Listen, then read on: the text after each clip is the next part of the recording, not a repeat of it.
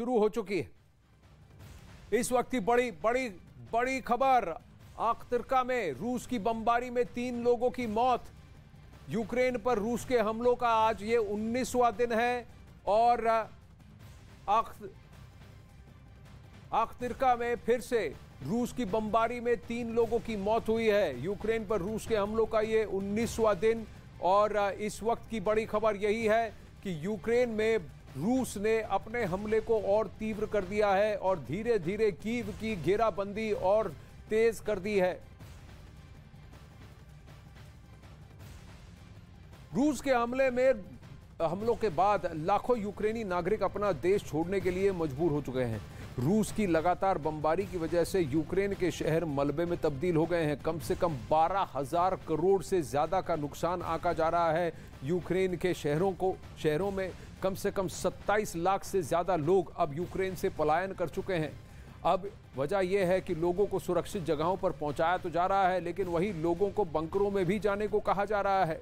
Ukraine के सैनिक बुजुर्गों को सुरक्षित जगहों पर ले जाने में मदद कर रहे हैं। कीव प्रशासन ने दावा किया है कि 2 हफ्तों के लिए खाने का सामान इकट्ठा कर लिया गया है। कीव में अब भी कम से कम 20 लाख लोग कीव शहर में मौजूद हैं।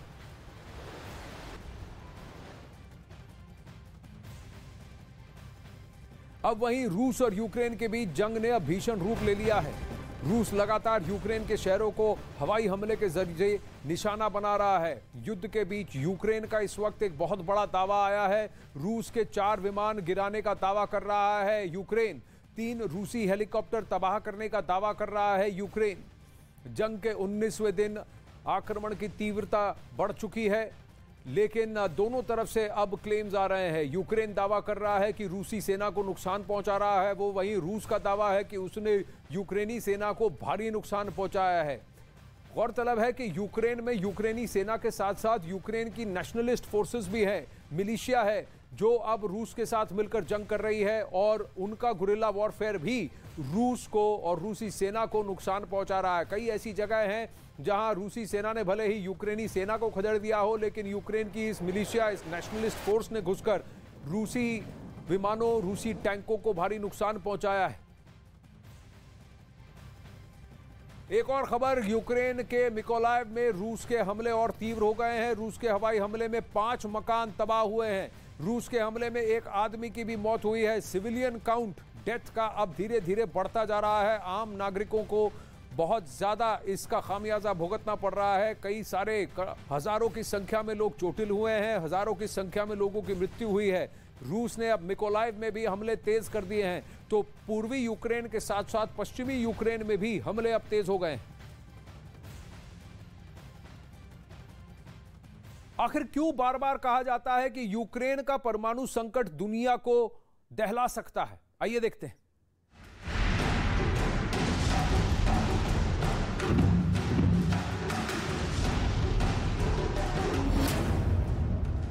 परमाणु ऊर्जा संयंत्र में यूरेनियम को स्टोर किया जाता है। यूरेनियम के स्टोर को पूरी तरह कूल यानी ठंडा रखा जाता है। इसके लिए कूलिंग सिस्टम होता है। इस कूलिंग सिस्टम के लिए बिजली की जरूरत होती है।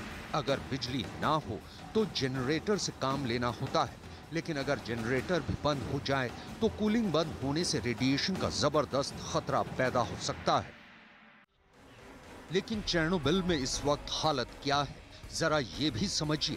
चेर्नोबिल में बिजली की तारों की रिपेयरिंग का काम चल रहा है। गड़बड़ी की वजह से यहाँ पर यूरेनियम स्टोर को जनरेटर की मदद से कूल किया जा रहा था।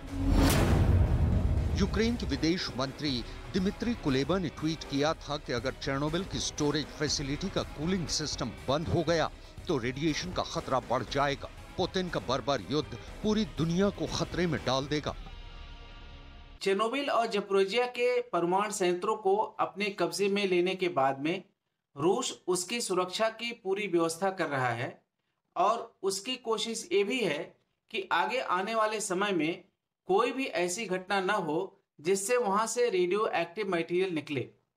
लेकिन अगर उस पर रूस की बमबारी हुई या यूक्रेन की बमबारी हुई या किसी स्टेज पर नाटो द्वारा युद्ध में शामिल होने की बात हुई और उसकी बमबारी हुई जिसकी वजह से रेडियो मटेरियल वहां से निकले, तो जाहिर है एक बहुत बड़ा हादसा सामने आएगा। अब समझने वाली बात ये है कि आखिर चेरनोबिल के परमाणु ऊर्जा संयंत्र से अगर रेडिएशन होता है तो इसमें यूरोप को खतरा कैसे हो सकता है। यह बात क्यों बार बार कही जाती है कि यूक्रेन के परमाणु संकट दुनिया को दहला सकते हैं।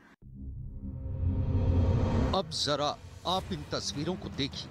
ये तस्वीरें साल 1986 में चेरनोबिल के ही पास के मौजूद शहर प्रिपियत की हैं। दरअसल 26 अप्रैल 1986 को यहाँ पर मानव इतिहास की सबसे बड़ी परमाणु दुर्घटना हुई थी। दावा किया जाता है कि इस रेडिएशन से होने वाली बीमारियों में 5000 लोगों की जान चली गई थी।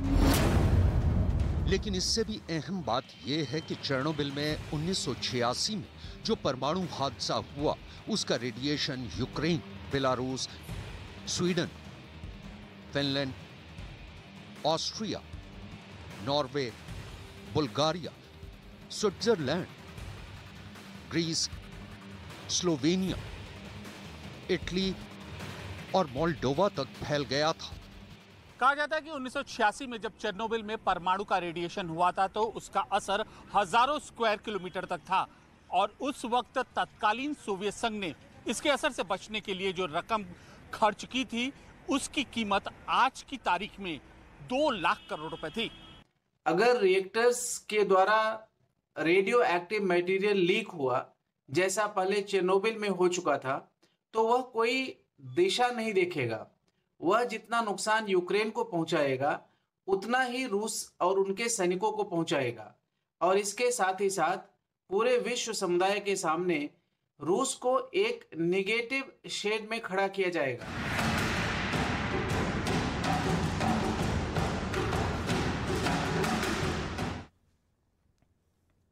अब रूस से जारी जंग के बीच यूक्रेन के राष्ट्रपति ज़ेलेंस्की युद्ध में घायल सैनिकों का हौसला बढ़ाने के लिए अस्पताल पहुंचे, जहां पर उन्होंने सैनिकों का हाल जाना, वहीं उनका सम्मान भी किया गया और उनके साथ सेल्फी भी ली। ज़ेलेंस्की ने इलाज कर रहे डॉक्टरों का भी सम्मान किया। रूस ने कीव समेत कई शहरों में बमबारी तेज कर दी है, वहीं यूक्रेन भी रूसी टैंकों को तबाह करने का दावा कर रहा है।